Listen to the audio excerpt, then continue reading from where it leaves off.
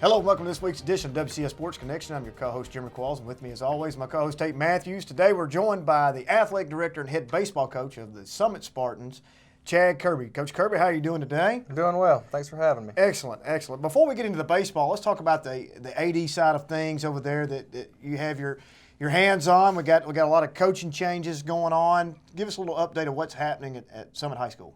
Well, with Nolensville opening up next year, Coach Ladd, our boys coach, he lives in Nolensville, so he decided, kind of wanted to make the same move I did. When Summit opened, I needed to get a little closer to home and closer to the house, and he felt the same way. So he got the girls' job at Nolensville. So we were fortunate that we had a school full of basketball coaches. So what we were able to do is Coach Goodwin, Josh Goodwin, he moved over to the boys' side, and we were able to promote Kerry Goodwin from assistant to head coach. Now, Josh probably has a good reputation with those guys. That was an easy situation to fix. You had a built-in mechanism there, just boom, slide them over. I know that those guys are probably excited to get Coach Goodwin and see what happens in that. What are some things that you see on the forefront of what will happen with basketball with those guys with Josh on the boys' side? Well, the first thing is going to be our weight program. I think it's going to really take off. I mean, right now our boys' basketball team and our football team lift at the same time. So hopefully we can get in there and get a good continuity with both those those major sport teams to. They're in the weight room together, so hopefully it transfers. We get some of the basketball players over there and playing football, and more of the football players playing basketball, and we just were able to continue it year-round. Now, we've made a prediction, or at least I have a long time ago, that Coach Coleman and the football team is going to make the playoffs this year. I feel 100% that they're going to be in. And do we have any prospective kids right now that you know of that you can talk about, or anything talking about the football program going into spring practice at all? Well, I mean, I know that you're busy right now with baseball. If you just look at last year's roster, I think we only had 5 seniors, and they were important to the team, but they didn't. They weren't our starting 11 on either side of the ball or special teams. I mean, they fit a role. But I mean, we're probably returning more starters than anybody in the state. So if you saw any games last year, those guys are a year older, a year stronger, a year better. So we're excited. A guy I like, and I know a lot of people talking about him at basketball, and he should, but Ty Carter. I think Ty Carter has a chance to be a really, really good. He already is a good football player. He was just a sophomore last year, another year in the weight room. I think he has a chance to be a really good football player. Oh yeah, I mean, he had a great sophomore year. I mean, you look at him, he put up numbers that most sophomores aren't putting up. You see the numbers he put up last year, that's usually juniors and seniors. But, he's special, and, you got Coach Coleman's finally going to have a lot of seniors. I mean, it's tough. It's tough playing sophomores against, you got 13 sophomores playing against 15 seniors on their side of the ball.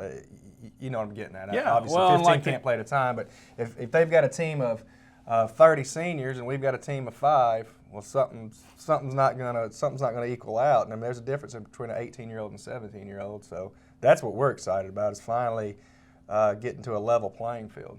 Well, and the other thing is, like take Independence for example. They had 30 seniors, and those 30 seniors had been playing since sophomores. So that's what you all are working towards.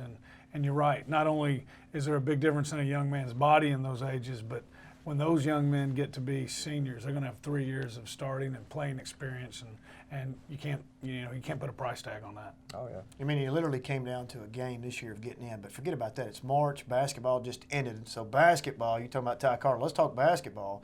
What he brings to the table is a point guard, gritty point guard that can defend, that can get the ball where they need to get it. Along with his brother, John Carter, man, I'm telling you, the future is bright. You look on the girls' side, Z. Esmond's coming back. That team's coming back. She had the name escapes me. One of the lone seniors this year that just graduated has a younger sister coming from Spring Station whose team's pretty solid.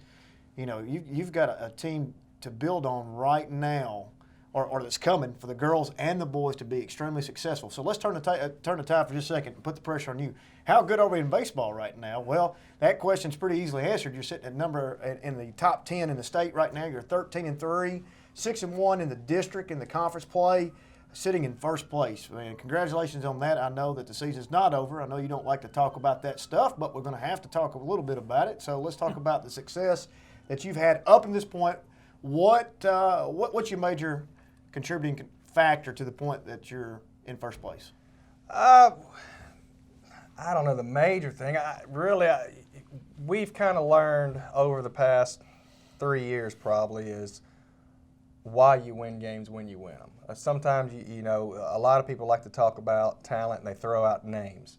We like to talk about more about, you know, if we throw strikes, if we limit our strikeouts and we make the routine plays, come the 7th inning, you're going to have a chance to win. Not saying you're going to win, but you're going to have a chance to win. If you can keep it within 1 or 2 runs in that 7th inning, you got a chance. We're fortunate right now. We're swinging it good.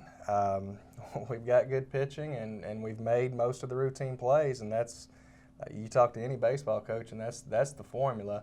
And I hope we're a little bit tougher than what we've been in previous years. I really think our toughness has come about in these past couple weeks. Well, when you talk about toughness, obviously it's, you know, when you talk football, it's pretty evident. Talk basketball. When you're speaking toughness in baseball, is that more of a psychological thing, of being able to overcome adversity, being able to come an at bat where you're behind, or what are you speaking of when you say that? It's all those things, and the big thing is you got to be tough enough to handle success. I mean, you know, a lot of people they say, well, you got to, you know, you strike out, you got to forget about it, kind of like a defensive back or something like that. They get burnt. You got to have a short memory. Well, I think you got to have a short memory if you did good, because if you start thinking, well, last year we did this, or last game I did this, then you know you got to be able to handle your successes and learn from your failures, I guess, and you know, and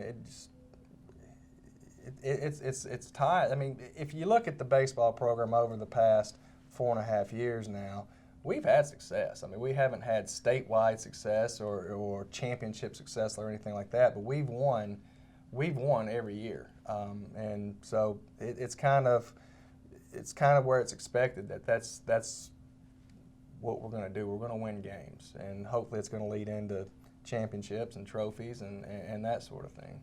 You mentioned the toughness part, and then earlier with Coach Goodwin in the basketball and the weight room. You all have always worked hard in the offseason since you've been there, but you kind of changed the way you all approach the weight room this year up a little bit in starting in October and November. You think that's got a big part of it as well? And what did you do? Well, in fact, 2 years ago is when we changed. We went to mornings. We went to AM mornings. It's a little bit, you know, it's a little bit selfish on my part. It's a little bit convenience on everybody's part. Is, you know, everybody's fighting for weight room time after school. And so are you going to sit around, you're going to wait till 4:30 to get in the weight room, or because, you know, football's going to be in there first. I mean, you probably go to any school in USA, football's going to run the weight room, and that's the way it should be. So we just sat down as coaches and said, look, let's just come in and let's get it done in the morning. That way the kids are done at 2:30, and they've got the rest of the afternoon to go. So 4 days a week, Monday, Tuesday, Thursday, Friday in the off season, we would be in the weight room at 5:50, and you know, it seems like it's a grind or whatever, but really the kids buy in, and after they get used to, you know, their internal clocks get used to it, they enjoy it as well, and we get our lift done, and we're out, and you got the afternoon off. So. Well, and if you're willing to do that 4 days a week, you're committed. Yeah, and I you think don't have to worry about that part. Yeah, and when it's sunny and 85, it's fun, and you know it's worth it. Right. And winning. Yeah. Right. Yeah. And then didn't you kind of all looking the same when you went in there, and you know, some people like to do that because maybe they're OCD, and it drives them crazy to see it. But there really was more of a kind of an emphasis on we're one group, we're a team, we're going to look the same, we're going to act the same. Yeah. Where does that come from? I mean, I was the same way when I coached. I could not stand it. I mean, you wanted that one. I understand your philosophy of going back. We don't want to put individual individuals above the team. So when you go into this, is that the thought process? Yeah, I mean, if you look at everything, how everything is now, whether it's major leagues, whether it's college, high school, I mean, it's all about individuals. And I know that's how some people make their money. I mean, it really is. Those pro guys, if they can market themselves and they're going to make more money. We're trying our best to keep them out of the me world and be about the team, because really, you know, once you get to be our age, we don't look back at our personal accomplishments. We look back at our teammates we had and that sort of thing, and it's fun. It's fun to look back and reminisce about the team and how the team did. But getting back to how we looked, it's always been we'd have a workout set or something like that. But we took it as far as, you know what, everything's going to look the same. Same pair of socks, same pair of shorts, same shirt, same shoes, same everything, and just tried to hone in. And right now it's working. We'll see. We're not even halfway through the season. You got to pay attention to the details. I mean, I always thought the small things always added up. And if you don't pay attention to that detail, what's going to happen when you go into practice? You don't pay attention to the small details in practice. It kind of spills over.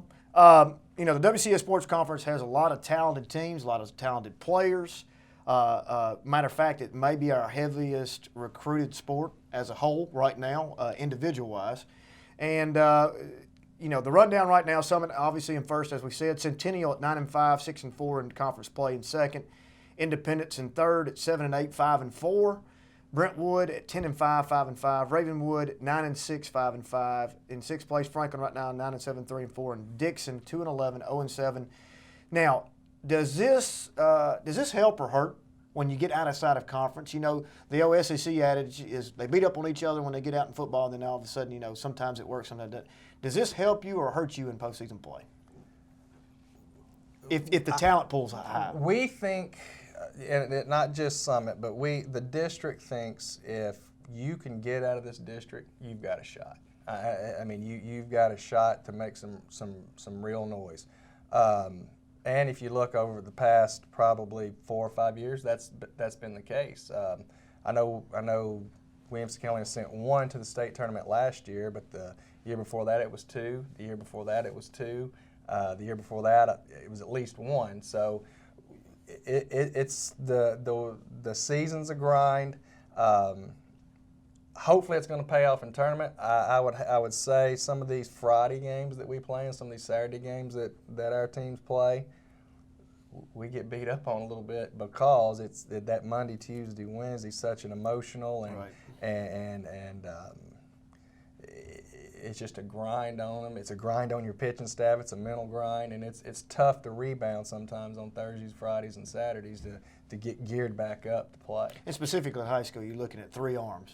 You're trying to ride out your conference. You know, if you got 3 arms, you can ride them on. And then when you get in the 4th, 5th, you know, in any high school, I mean, when you get in that deep in the depth chart, the quality probably is not as good. And if you do have 5 arms, obviously you're gonna mow through everybody. Yeah. If you have 5, yeah, you're in great shape. There's not too many weeks that you're going to go and only use 3 pitchers in the series. I mean, that just doesn't happen often. Everybody's just too good. I mean, you're going to have some bullpen too. And one thing I had forgotten about it, and I heard you say, and I think it's really neat. And you talk about how tough this conference is. One thing you all have changed too is the winner. It used to be the top 2 out of the tournament move on to region game. Now what you all do is the winner of the regular season's through, no matter what. And I think that's pretty neat because, like you mentioned, this is, and especially with the 3-game series during the week, this is a tough district. If not the toughest, one of the toughest. You ought to be rewarded. And so that's a neat thing. And then it also makes the tournament even, I think, a little bit more exciting because you used to be playing for 2 spots. Now you're playing for 1 if that regular season champion doesn't be one of the top 2 in the tournament. So talk a little bit about that decision, and then it also puts even that much more importance on the regular season. Well, I mean, our thought process, and we vote on it every year, but our thought, it's usually unanimous, the vote is, if you're going to play 18 games within your district, Well, I think after 18, you're probably going to know who the best team was. Now, anybody can, not saying anybody, a tournament, you got to have a tough, you got to be good and tough in a tournament as well.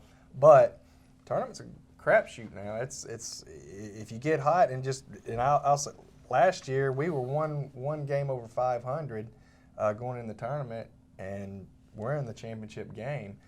Is where we were nowhere near the best team. Obviously, Ravenwood had proven throughout that they were the best team, and Centennial was right there on their heels the whole year, and Centennial beat us in the championship. But yeah, if you're going to play 18 games, then your regular season winner, they've proven they need to advance. And what makes it fun is if we didn't have that automatic bid, it's just another game. Okay, we're playing Franklin. It's just another game. Now we got Brentwood. Okay, it's just another game.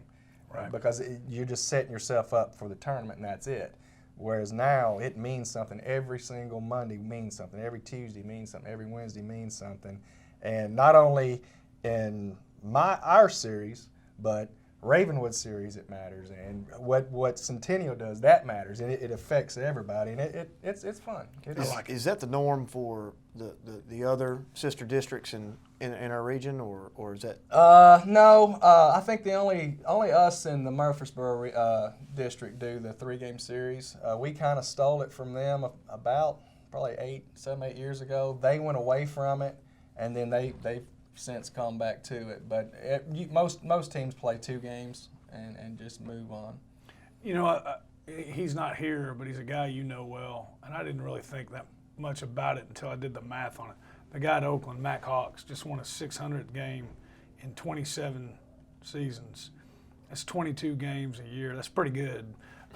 One, what do you think goes into that? Obviously, a lot of players. 2, do you plan on being around 27 seasons to win 600 wins? I don't know. I'll be alive 27 years, man.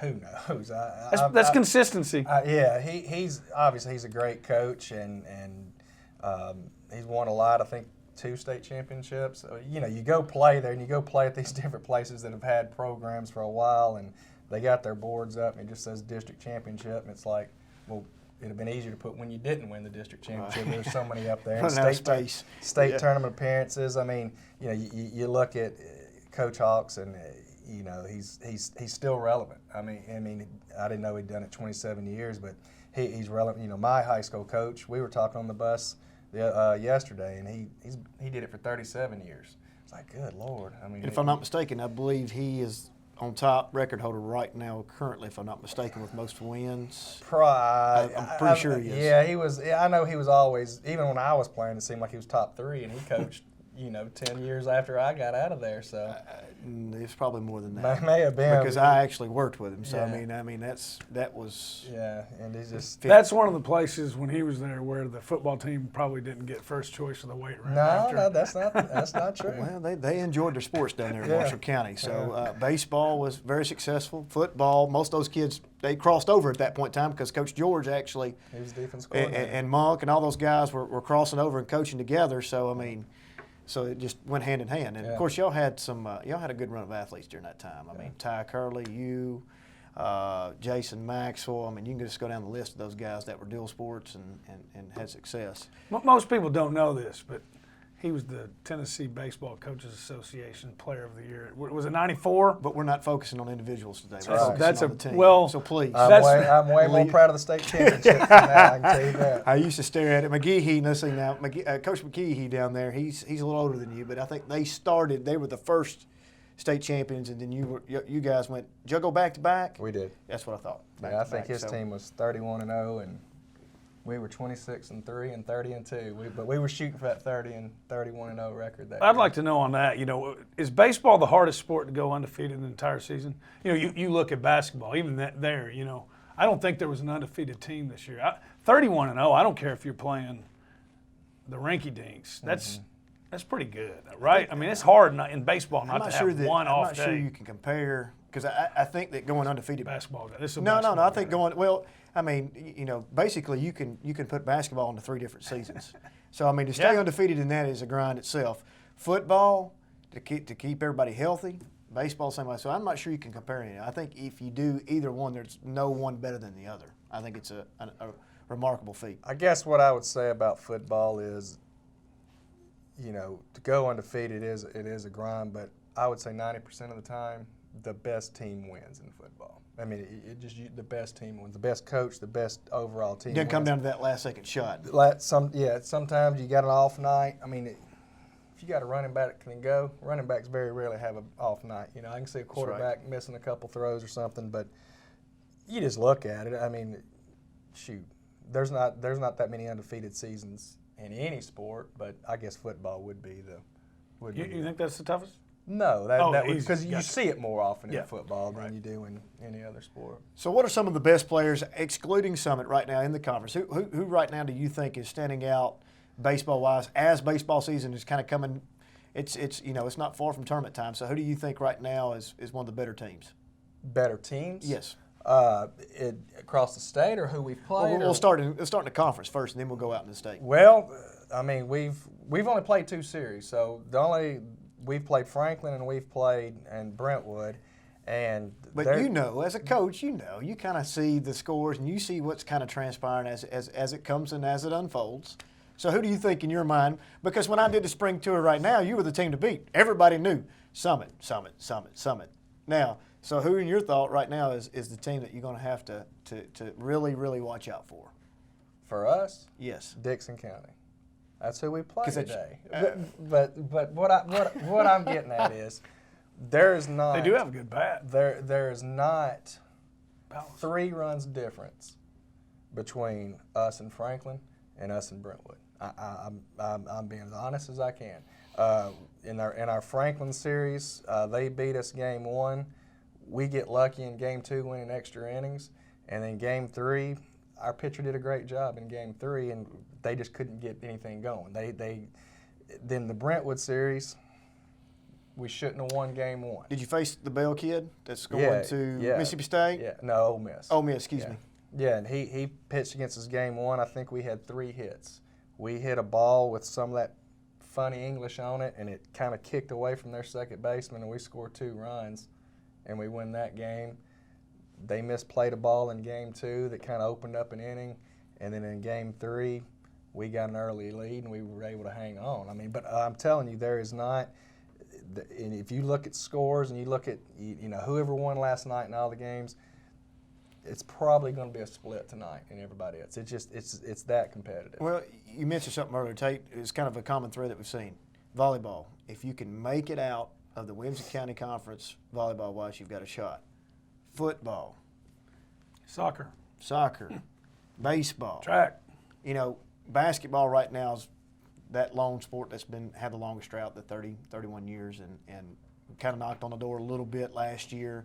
Last 3 years with Brentwood, Independence obviously had a chance to get in this year. I think that Summit will be knocking on the door this year of getting into hopefully a sub-state bid, if not getting into the tournament. So it'll be interesting to see. But let's get outside the conference then, where you can feel more comfortable talking about somebody. Who do you think right now on the radar outside the conference looks really well, or is it just not on your radar? I mean, I know you're going to think, well, he's just coach speak or whatever, but it's really, I don't know. I mean, it's just the team that's in front of you. That's what you're picking. I mean, let's start with there. That's the team. That's the defending champion. But then you back up and get a little closer to in the mid-state.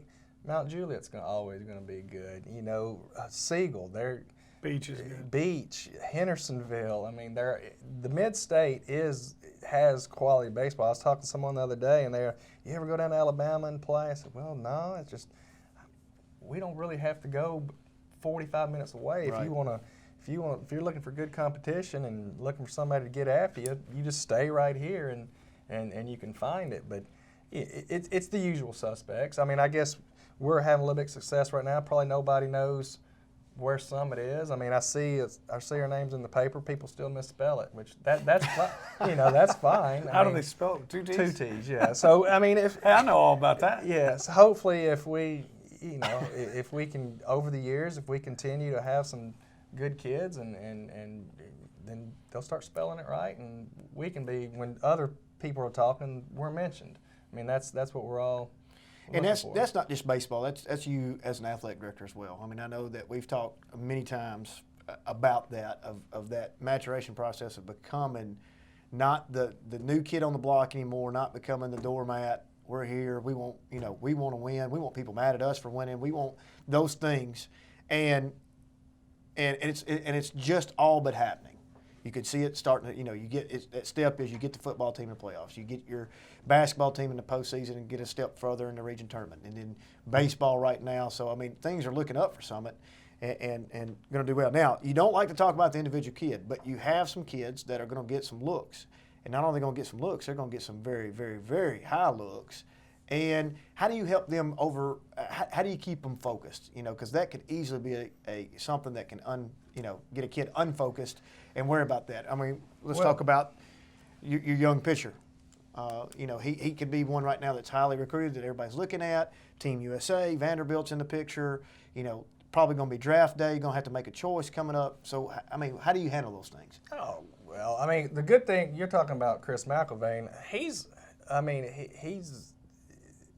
He came to us humble. He's going to leave us humble. I mean, that's more on his family and his upbringing and just the type of kid he is. I mean, you want to talk about an intense player. I mean, he is very intense, and it's not intense because Chris wants Chris to do good. Chris wants the team to do good. I mean, Chris is easy. I mean, he really is. I mean, it's more like, all right, settle down a little bit, man. I mean, let's refocus up on what, because he's a fiery in the dugout. I mean, the kids love it. The kids feed off of him. I mean, he's good. I mean, it's not that I don't like people getting recognition and that sort of thing, but we all have to understand, and what Chris is going to have to understand, or Will Dalton's going to have to understand, yeah, you're going to get all the praise and all that sort of thing, but you didn't do it by yourself. Right. Absolutely. If you're coming in with 2 or 3 wins, ain't nobody looking at you. Correct. I mean, it's tough.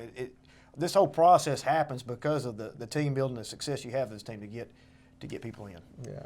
Well, and at the end of the day, you can play yourself. Right now, he's committed to Vanderbilt. Mm-hmm. Well, they don't have to.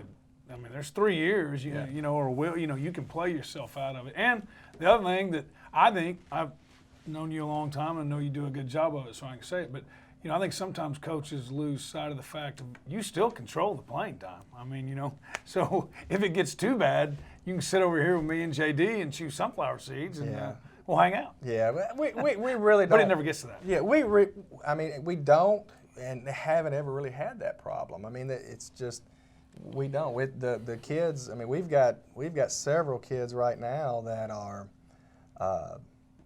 They're not on anybody's radar. They're not going to be on anybody's radar. Just blue collar. And that's okay with them.